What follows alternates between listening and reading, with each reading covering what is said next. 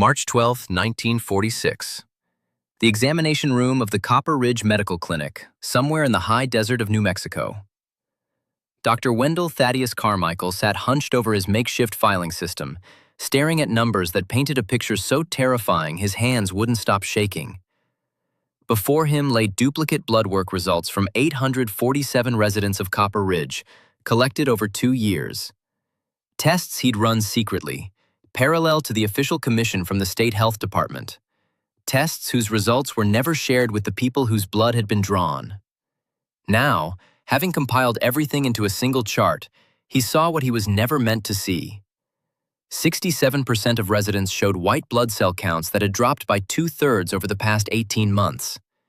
In children under 10, the decline was even more precipitous.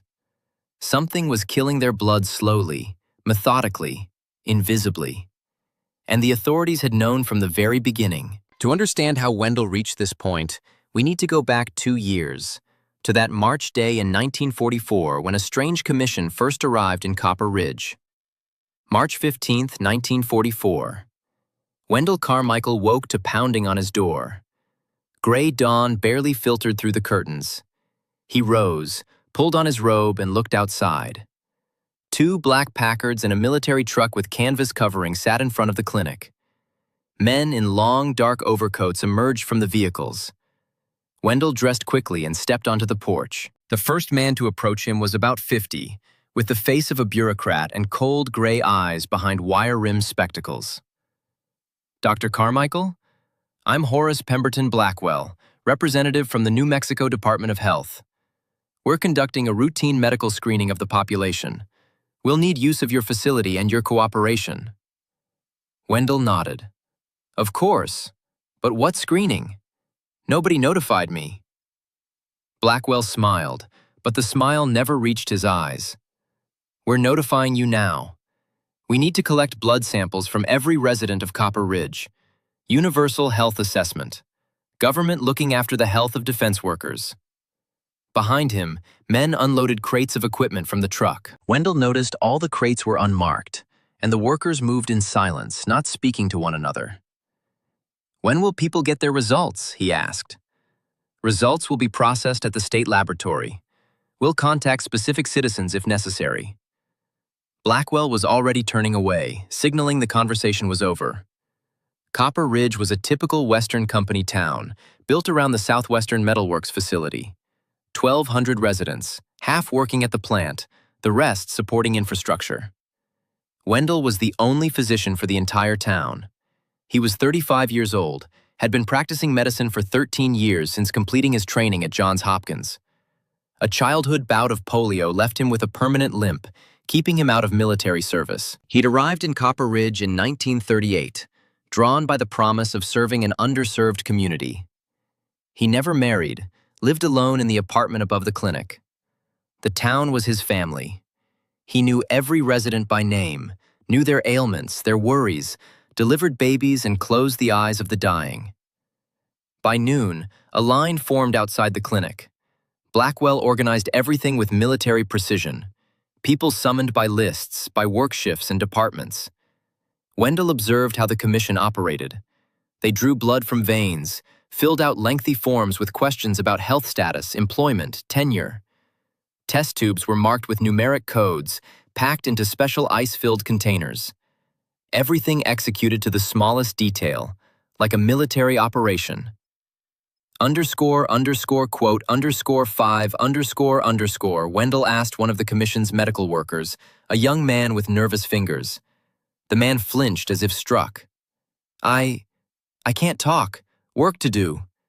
And he never looked up again. By evening, they'd processed 340 people. The rest were scheduled for the next day. The commission departed for the county seat overnight, taking all the blood samples with them. Wendell remained alone in the empty clinic, unable to shake a strange feeling. Something was wrong. Normal health screenings work differently. People received their results, were given referrals for additional examinations. Here, everything vanished into a black hole. He approached the table where the commission had worked and noticed a scrap of paper on the floor. He picked it up. It was a corner of a form with partial text. underscore underscore quote underscore 7 underscore underscore, and a stamp he couldn't fully read. Wendell folded the paper and tucked it in his pocket. That night he couldn't sleep. He lay on his cot thinking about the war, about how in field hospitals there were also patients who were kept separate, who weren't discussed, whose files were marked with special symbols. Back then, he'd attributed it to military secrecy. But now, the war was 2 years old, and something felt off about this kind of secrecy on American soil. The next day, the commission finished by noon. They tested everyone, including children. Wendell watched as little Dorothy Whitfield, a 5-year-old girl with pigtails, cried when they pierced her vein. Her mother comforted her while the commission's nurse worked mechanically, without compassion, as if the child before her was a laboratory specimen, not a human being. Before departing, Blackwell shook Wendell's hand. Quote 8, quote 9, quote 10. The voice was even, but it rang with steel. Quote 11. The vehicles drove off, raising a cloud of dust on the dirt road. Wendell stood on the porch watching them leave. He had the feeling he'd just witnessed something large and terrible that he didn't understand. 3 months passed. Life in Copper Ridge continued its rhythm. The plant fulfilled production quotas. People worked, had babies, suffered ordinary illnesses. Wendell treated colds, delivered babies, stitched cuts. June 18, 1944, the commission returned. Same vehicles, same people, same procedure. Blackwell didn't even greet him, just nodded and ordered them to begin. This time, Wendell made his move. While the commission processed another batch of residents, he quietly took several clean vials from his own supplies and marked them with the same numeric codes the commission used. That evening, after everyone dispersed, he drew blood samples from the same people again, under the pretext of additional verification. 7 people. Clifford Eastwood Harrington, plant machinist, age 42. His wife Enid, 39. Everett Dunlap Mercer, foreman, 51. Lucinda Morehouse, schoolteacher, 29. Randall Kirkwood Patterson, truck driver, 34. Ambrose Quincy Stapleton, boiler operator, 47, and little Dorothy Whitfield. He drove the samples to the county seat, to the hospital where he had a friend named Cornelius Mortimer Ashford, a lab technician. An old man, trained before the turn of the century, who worked not from fear but from conscience. Cornelius, I need a favor. Run these tests, full panel, and not a word to anyone. Ashford looked at him over his spectacles. Something wrong? I don't know. I want to be sure. A week later, the results arrived. All 7 tests showed normal values. Wendell recorded the numbers in a notebook and locked it in his safe. Now, he had to wait for the next quarter. September 15, 1944. The commission arrived for the 3rd time. Wendell again took duplicates from the same 7 people, again drove them to Ashford. The results came back a week later, and Wendell felt the first chill of dread. Clifford Harrington's white blood cell count had dropped from 7,200 to 6,800. Not much, still within normal range, but there was a trend. Everett Mercer showed decline too. The others remained stable for now. Could be coincidence, could be seasonal fluctuation. But Wendell decided to continue monitoring. He expanded his sample. Now he took duplicates from 25 people of varying ages and genders. Worked nights, after regular clinic hours. People trusted him, didn't ask unnecessary questions. Dr. Carmichael, is this really necessary? For completeness, I want to make sure you're healthy. Ashford started asking questions. Wendell, what are you looking for? This is the 4th batch in 6 months. Cornelius, do you trust me? I do. Then just run the tests. When I understand what's happening, I'll tell you. December 1944, the 4th commission visit. Wendell's secret database now included 43 people. The numbers began forming a pattern. In 12 cases, white blood cell counts were steadily declining. In 3 cases, hemoglobin levels had dropped significantly. In 1 case, a child showed early signs of anemia. all people who worked at the plant or lived within 500 yards of it. Wendell spread a town map on his table and marked each case with a red pin. The pattern was clear. The closer to the plant, the worse the indicators. Especially severe were workers from Section 7, the newest department at Southwestern Metalworks, built in early 1943. Nobody knew what they manufactured there. The entire section was cordoned off, workers signed non-disclosure agreements, military guards patrolled the perimeter. Even Wendell, the town doctor, had no access. When workers from Section 7 came for treatment, they refused to discuss their work. __quote _21 __. One evening in January 1945, Everett Mercer came to the clinic. He looked terrible. Dark circles under his eyes, skin pallor, constant fatigue. __quote _22 _ Wendell examined him. Enlarged lymph nodes, liver slightly swollen, temperature slightly elevated, 99.2. Mercer hesitated. Silence. Then quietly, __quote _28 __quote _29 _quote _30 _. Wendell drew his blood, sent it to Ashford urgently, marked priority. Results came back in 3 days. White blood cell count, 4,100. Normal is 5,000 to 10,000. Hemoglobin, 11.2. Normal for men is 13.5 to 17.5. Platelets, 140,000. Normal is 150,000 to 400,000. Everything pointed to one thing: bone marrow suppression. Something was destroying blood-forming tissue. Wendell sat in his office that night with medical textbooks spread before him. Bone marrow suppression. What causes it? Chemical poisoning, benzene, lead, mercury, certain medications, and radiation. He froze. Radiation. In 1895, Wilhelm Röntgen discovered X-rays. In the following decades, many scientists died from radiation exposure without knowing the danger. Marie Curie, her daughter Irene, dozens of radiologists who worked with X-ray machines without protection. Their symptoms were well documented: anemia, leukopenia, thrombocytopenia, fatigue, susceptibility to infections, bleeding, death. Could it be? Could Section 7 be working with radioactive materials? In 1944, such work would be highly classified. The Manhattan Project. Everyone knew something big was happening, something connected to atomic physics, but details were top secret. Cities appeared overnight in remote locations: Los Alamos, Oak Ridge, Hanford. Nobody talked about what happened there. Could Copper Ridge be part of this network? Wendell tried to recall what he knew about Southwestern Metalworks. The plant opened in 1928, initially manufacturing mining equipment. In 1942, it was nationalized for defense production. Section 7 was built in 1943. Since then, everything there operated under military secrecy. Workers recruited specially. High wages, non-disclosure agreements, guards, fences. And now people were dying.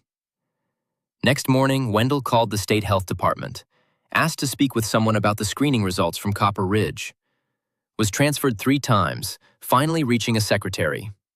Quote 31, quote 32, quote 33, quote 34, quote 35, quote 36, quote 37. Click, dial tone. Wendell hung up slowly. Now he understood. This wasn't a health screening. This was monitoring. They knew what was happening. Knew people were getting sick. Were collecting data to track progression. People weren't patients. They were test subjects. He felt cold fury rising in his chest. During the war, he'd heard stories about German experiments on prisoners, about Japanese medical atrocities in Manchuria, about how evil regimes treated people as material for research. But this was America. This couldn't happen here. Except it was happening, and he was the only one who knew. March 1945, 5th Commission visit. Wendell took duplicates from 52 people now. His nighttime clinic became routine. People stopped asking why, trusted him. Ashford was overwhelmed. He never did. But Ashford kept running tests, because he was a good man, because he trusted Wendell, because somewhere deep inside, he also suspected something was terribly wrong. Results from March showed catastrophic trends. 37 people out of 52 showed declining white blood cell counts. 14 showed anemia. 6 showed thrombocytopenia.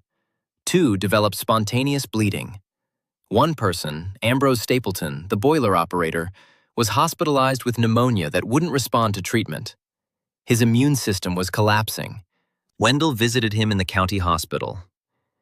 Ambrose was 48 years old, always robust, never sick. Now he lay in bed, skeletal, coughing blood. "Doc, what's wrong with me?" "Your immune system is weakened. We're fighting the infection." "Will I make it?" Wendell couldn't answer. Didn't want to lie. Ambrose died 3 days later. Official cause of death, pneumonia. Wendell signed the death certificate with shaking hands. Knew it was a lie. Cause of death, radiation exposure. But he couldn't write that. Had no proof. Only suspicion and secret blood tests that no one would believe. He attended the funeral. Ambrose's widow, Gertrude, clung to his arm, weeping. "Why, doctor? He was so healthy, never sick." Sometimes these things happen suddenly. Another lie. He was drowning in lies. That night, Wendell made a decision.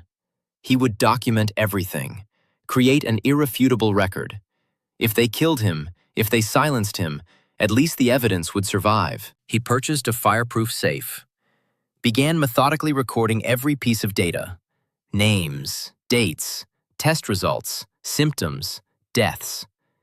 Created charts showing correlation between proximity to the plant and illness. Mapped the spread of contamination.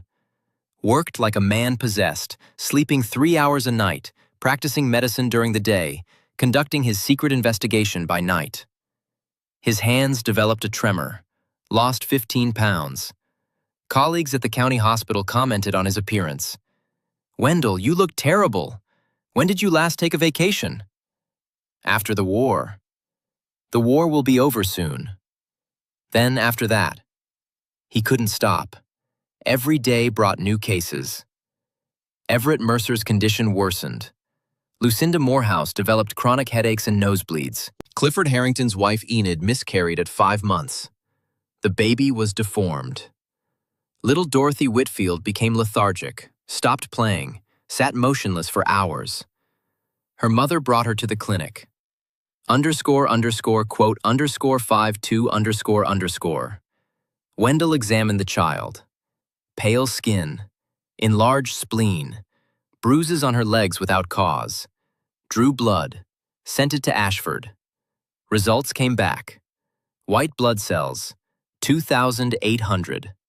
For a child, devastating. He looked at Dorothy's mother, at her trusting eyes, and wanted to scream. Wanted to tell her everything, but couldn't. Not yet. Needed more proof. June 1945. The 6th Commission visit. The war in Europe had ended in May. Victory celebrations. People dancing in the streets. The plant received a commendation for its contribution to the war effort. A ceremony in the town square. The plant manager, a man named Gerald Hutchins Blackmore, gave a speech. __quote _53 __. Wendell stood in the crowd watching. Blackmore knew, had to know. The plant manager knew what Section 7 produced, knew the dangers, knew people were dying. Yet he stood there smiling, shaking hands, accepting praise. Wendell felt nausea. After the ceremony, he approached Blackmore. Blackmore's smile didn't waver, but his eyes went cold. Dismissed. Wendell walked away, burning with humiliation and rage. They wouldn't listen, wouldn't acknowledge the problem. People were dying, and all they cared about was protecting their secrets. August 1945. The atomic bombs fell on Hiroshima and Nagasaki. The world learned about the Manhattan Project, about atomic weapons, about radiation. Newspaper articles described the effects: burns, radiation sickness, hair loss, bleeding, nausea, death. Wendell read every article, clipped them, added them to his files. This was it. This was what was happening in Copper Ridge. The plant must be processing radioactive materials, uranium or plutonium, or some other element used in atomic weapons. Workers were being exposed. Contamination was spreading through the town, and the authorities knew. The quarterly blood screenings weren't health assessments. They were research, studying the effects of chronic low-level radiation exposure on a controlled population. Copper Ridge was a human experiment. That realization nearly broke him. He sat in his office, hands covering his face, shoulders shaking. In medical school, he'd taken the Hippocratic Oath, __quote 62 __. But he'd been complicit. He'd stood by while the commission came and went. He'd helped them by providing access to his clinic, by not asking hard questions earlier. He was part of the system that was killing his patients. No more. He would stop it. But how? September 1945, 7th Commission visit. By now, Wendell had duplicate blood work from 127 people, almost a tenth of the town's population. His data showed unequivocal trends. 60% showed declining white blood cell counts, 28% showed anemia, 15% showed thrombocytopenia. 5 people had died in the past year. All had lived near the plant or worked in Section 7. When the commission arrived, Wendell confronted Horace Blackwell directly. Quote 63, quote 64, quote. They went into Wendell's office, closed the door. Mr. Blackwell, I've been monitoring the health of Copper Ridge residents. I have evidence of widespread blood abnormalities consistent with radiation exposure. I believe Section 7 at Southwestern Metalworks is the source. Blackwell's expression didn't change. That's a serious allegation, Dr. Carmichael. I have documentation, blood tests, charts, correlation maps. The pattern is clear. May I see this documentation? Wendell hesitated. His instinct screamed not to show his hand. But he needed Blackwell to understand the gravity. He opened the safe, removed a folder containing summaries and several charts, handed it over. Blackwell studied the materials for 5 minutes, closed the folder, looked at Wendell with those cold gray eyes. Dr. Carmichael, I understand you're concerned about your patients. That's commendable. However, you've conducted these tests without authorization, without informed consent, and without scientific controls. This data is meaningless. It shows a clear pattern. It shows correlation, not causation. There could be many explanations. Seasonal illness, epidemic, contaminated water supply. You've leaped to an unfounded conclusion. Then investigate, send specialists, test the environment around the plant. Section 7 operates under federal jurisdiction. Any investigation would require clearance from multiple agencies. The process could take months or years. People are dying now.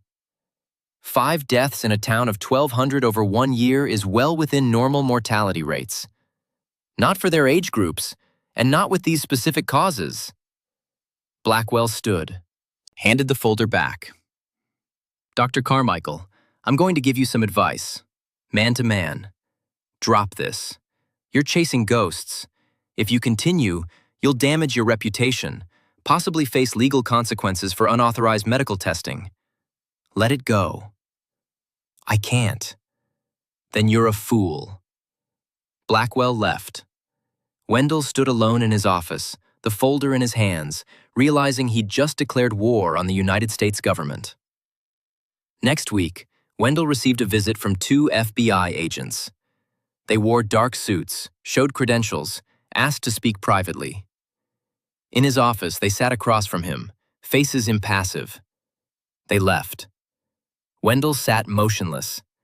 They'd threatened him with prison for trying to save lives. He'd served his country by providing medical care to defense workers. Now, his country was threatening him. That night, Cornelius Ashford called. Quote 87, quote 88, quote 89, quote 90. The line went dead. Wendell was alone now. No lab to process samples. No ally. Just him against the system. But he wasn't done. He began collecting other evidence. Took a Geiger counter, borrowed from a friend at the county hospital who used it for radium therapy. Drove around Copper Ridge at night, measuring radiation levels. Found elevated readings near the plant.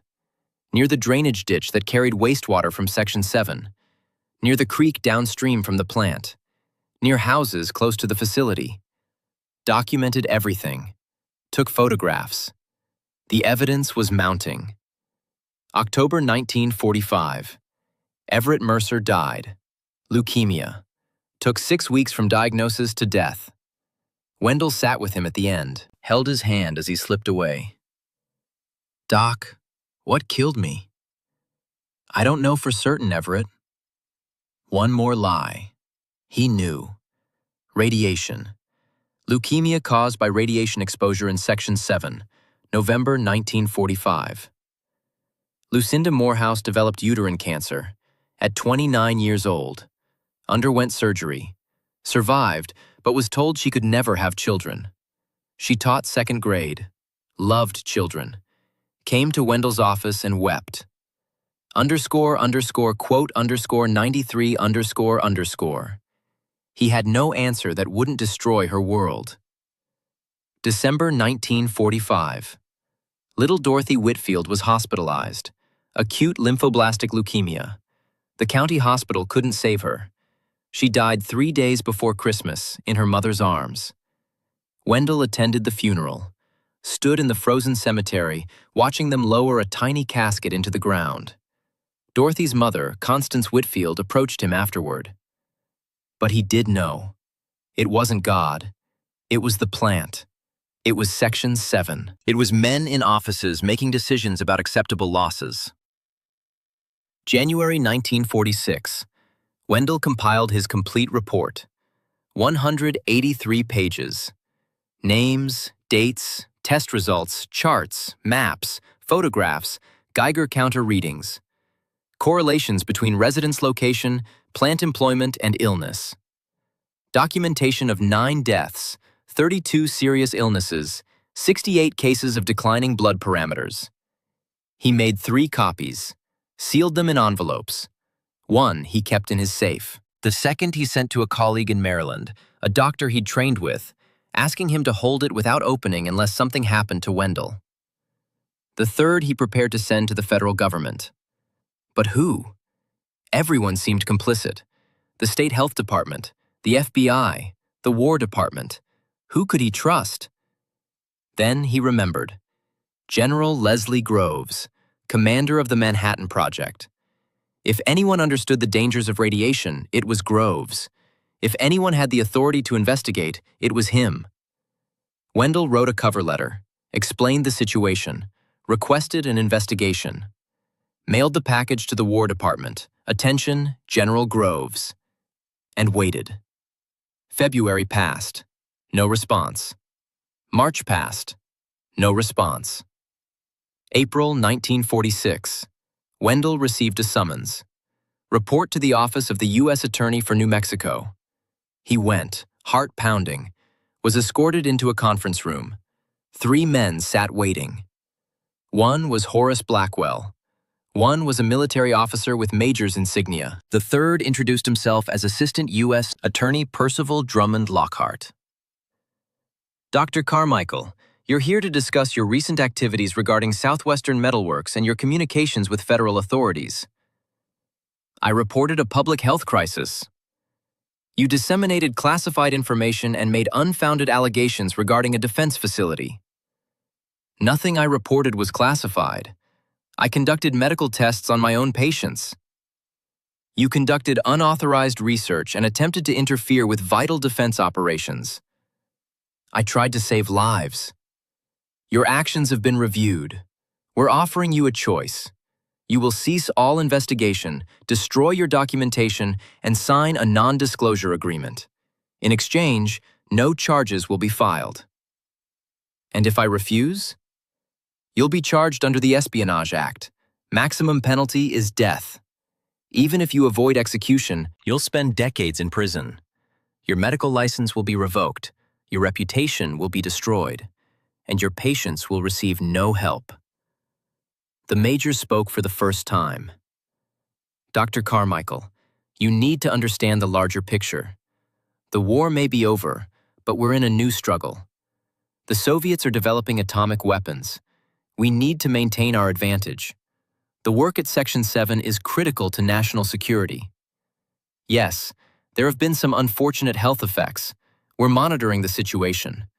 But the benefits outweigh the costs.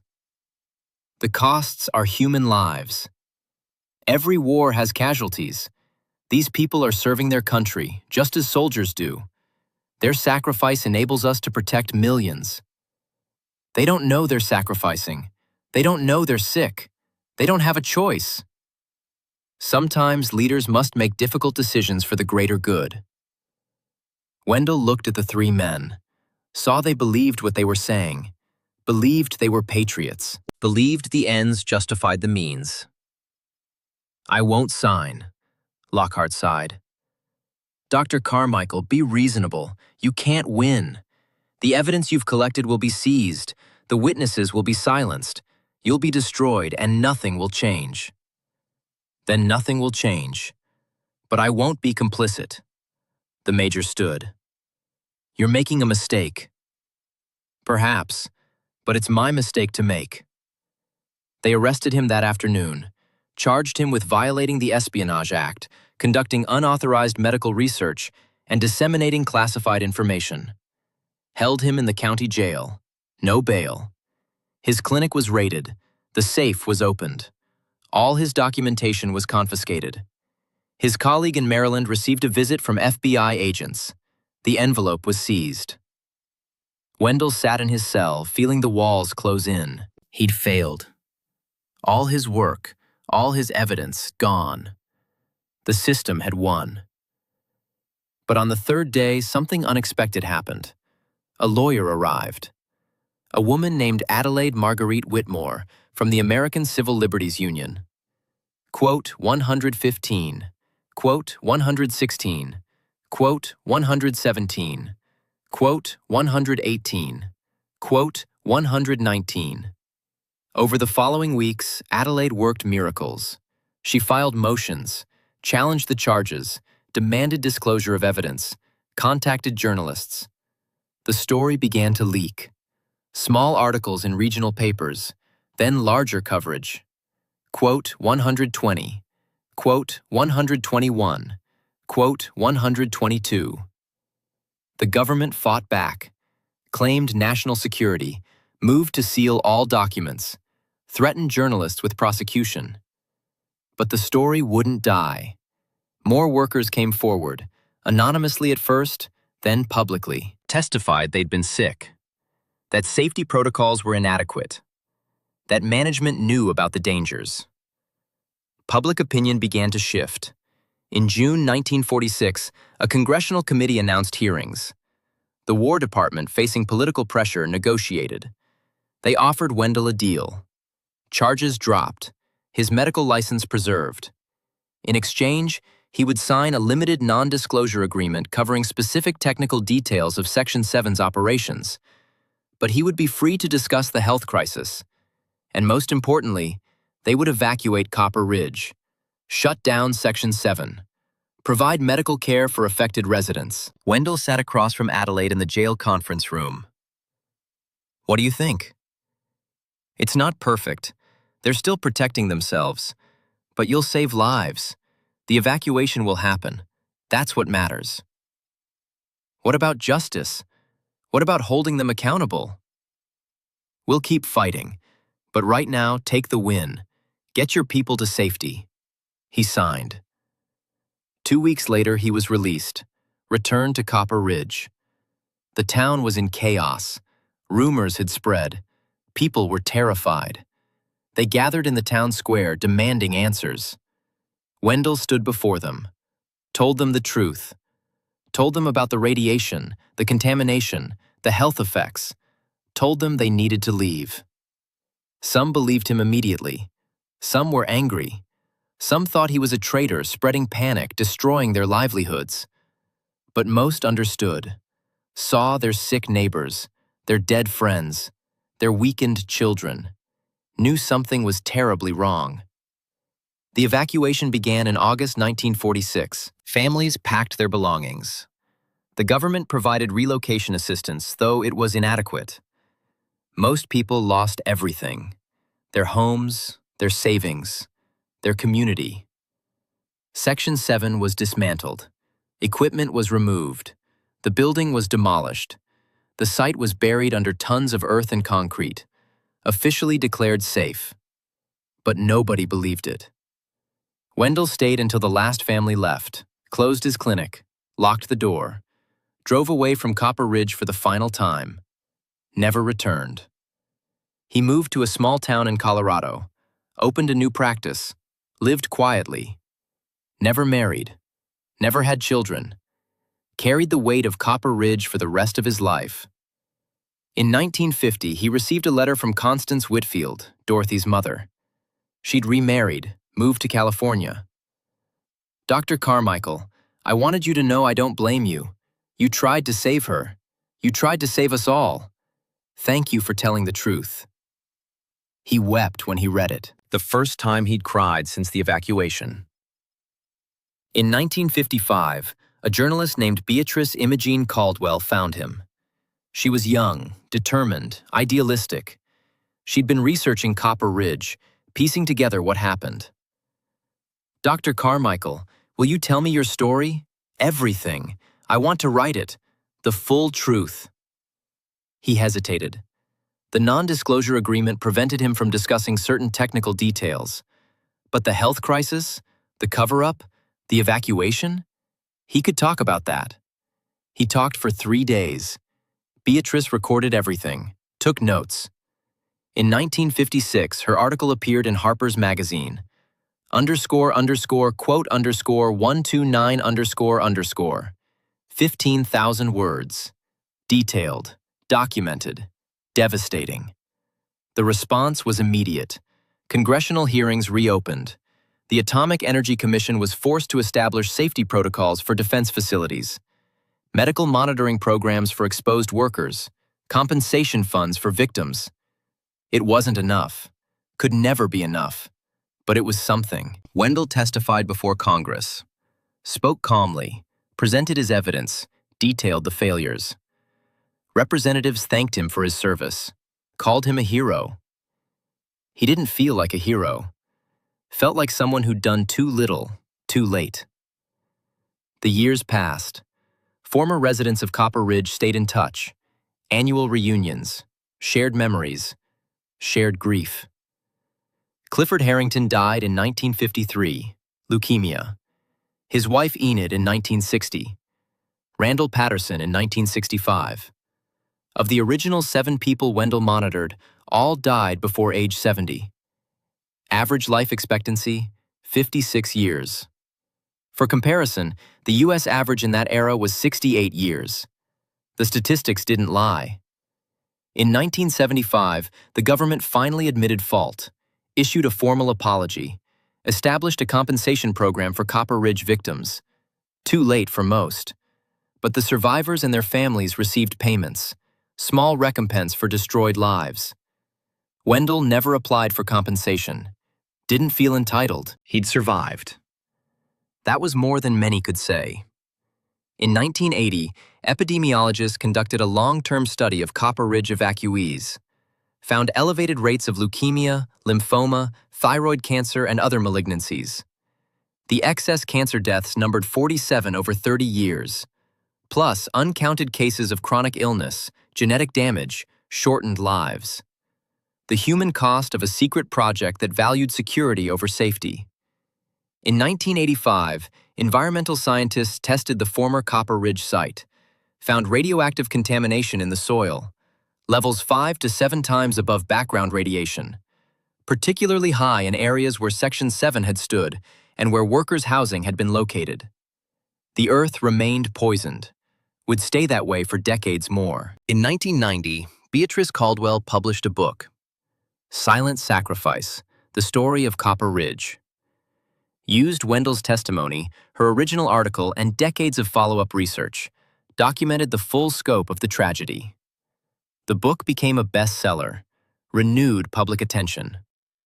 In 2000, activists erected a memorial at the former Copper Ridge site, a simple granite stone with an inscription, __quote, _131 __, and a list of names. 47 people who died from cancers attributed to the contamination. Among them, Dorothy Whitfield, age 6, Ambrose Quincy Stapleton, age 48, Everett Dunlap Mercer, age 52, Clifford Eastwood Harrington, age 59. Constance Whitfield survived until 2008, died of lung cancer. Before her death, she told her daughter, __quote _132 __. But Wendell was already gone. He died in 2004, at age 95. His final words, spoken to Beatrice Caldwell during her last visit, quote, 133. They continued, "The memory of Copper Ridge endures, a reminder that truth matters, that individual conscience matters, that speaking up matters, even when the cost is high." Today, the Copper Ridge site is an empty field in the high desert. Occasionally, tourists visit. Urban explorers, historians. They photograph the memorial, the vacant land, the distant mountains. Most don't know the full story. For them, it's just another abandoned town, one of thousands scattered across the American West. But those who know the history stand in silence. Think about the price of progress. Think about people who paid with their lives for others' ambitions, plans, secrets. Think about how many other Copper Ridges exist, unknown, unacknowledged, hidden. In 2015, a team of independent scientists tested the site again. Still found radiation anomalies. In some locations, levels remained 5 times higher than background radiation. The soil stays contaminated. Will require another century to fully remediate. Trees growing there now absorb radiation through their roots. Birds rarely nest. Wildlife avoids the area. Nature remembers, even when humans forget. Wendell Thaddeus Carmichael is buried in a small cemetery in Colorado. Simple headstone. The inscription reads, "Physician, honest man." Nothing more. But those who know his story visit, bring flowers, bow their heads, thank him for not staying silent, for fighting, for saving those he could save. The story of Copper Ridge isn't just about one town. It's about a system that prioritized national security over human lives, secrecy over transparency, progress over people. The pattern repeated throughout American history. At Hanford, where radioactive materials were released into the Columbia River, poisoning downstream communities. At the Nevada test site, where above-ground atomic tests exposed residents of southern Utah and Nevada to fallout. At countless defense facilities where workers handled dangerous materials without adequate protection. Each time, the government concealed the truth. Each time, people tried to speak out. Some died. Some were silenced. Some, like Wendell, paid terrible prices but survived to bear witness. Beatrice Caldwell continues her work today. Now in her 90s, she's still investigating environmental crimes, cover-ups, systemic failures. She says, __quote _135 __. In 2020, newly declassified documents revealed the full extent of what happened at Copper Ridge. Section 7 had been processing uranium for the Manhattan Project. Workers handled radioactive materials with minimal safety equipment. Ventilation was inadequate. Waste disposal was careless. Contamination spread through the air, water, and soil. And the quarterly blood screenings? They were research. The Atomic Energy Commission wanted data on long-term, low-level radiation exposure. Copper Ridge was a controlled experiment. The residents were unwitting subjects. Documents show meetings where officials debated evacuation. Minutes reveal the truth. The decision wasn't made from concern for health, but from fear of exposure. When Wendell's investigation became public, when journalists started asking questions, when congressional hearings loomed, they evacuated. Not to save lives, but to save face. One declassified memo from a state health official, __quote _136 neutralization through legal prosecution. That's what they called it. Wendell had been one step from destruction. Only his refusal to yield and Adelaide Whitmore's fierce advocacy had saved him. Today, where Copper Ridge once stood, there's empty desert. Sometimes tourists come, lovers of abandoned places. They photograph the memorial, the vacant landscape, the sky. Not all understand the significance. For many, it's just another dead town, one of thousands that didn't survive America's 20th century transformations. But those who know the story stand in silence and contemplate. Contemplate the cost of progress, the price paid by ordinary people for extraordinary ambitions.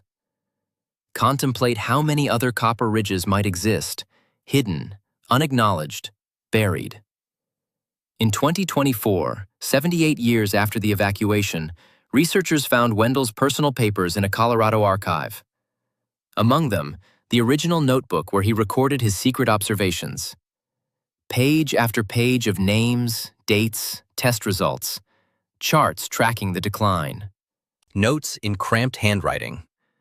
Clifford H., WBC dropping consistently, must monitor. Dorothy W., new symptoms, fear the worst. System knows, system lies. What can one man do? On the final page, dated March 12, 1946, before his arrest, if I disappear, if they silence me, let this record speak. These were real people. They had names. They had lives. They mattered. And they were sacrificed for something they never agreed to serve. Someone must remember. Someone must tell the truth.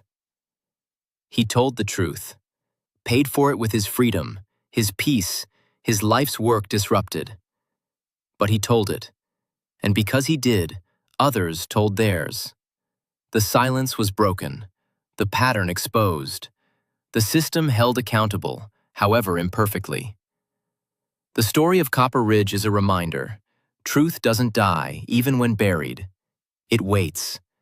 In sealed envelopes, yellowed notebooks, elderly memories. Eventually, it emerges. And then it becomes clear. The heroes weren't those who followed orders silently, but those who risked everything to say, __quote _141 Wendell Carmichael didn't save everyone. Dorothy Whitfield died. 47 others died in subsequent years.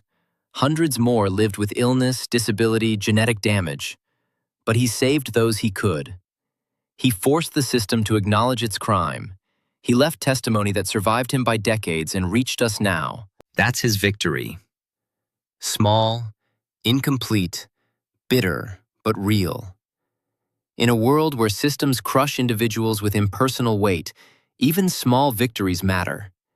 Even one saved life matters. Even truth spoken at great personal cost matters. Because truth accumulates. From thousands of such testimonies, real history emerges. Not the sanitized version in textbooks, but the lived experience of actual people. And someday, perhaps a century from now, when all participants are long dead, when Copper Ridge is completely overgrown, when the radiation finally fades from the soil, someone will discover this story. We'll read it. We'll pause to consider. And perhaps, Next time the system attempts something similar, another Wendell Carmichael will emerge. Another doctor, teacher, engineer, ordinary person who says, quote, 142.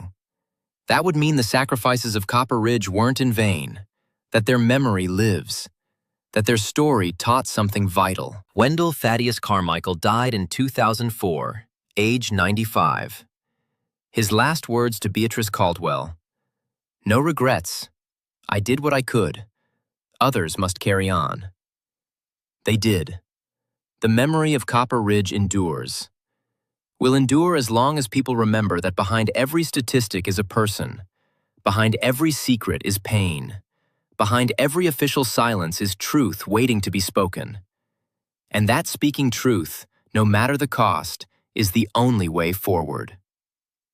This is a fictional dramatization inspired by historical events involving radiation exposure at defense facilities during the 1940s.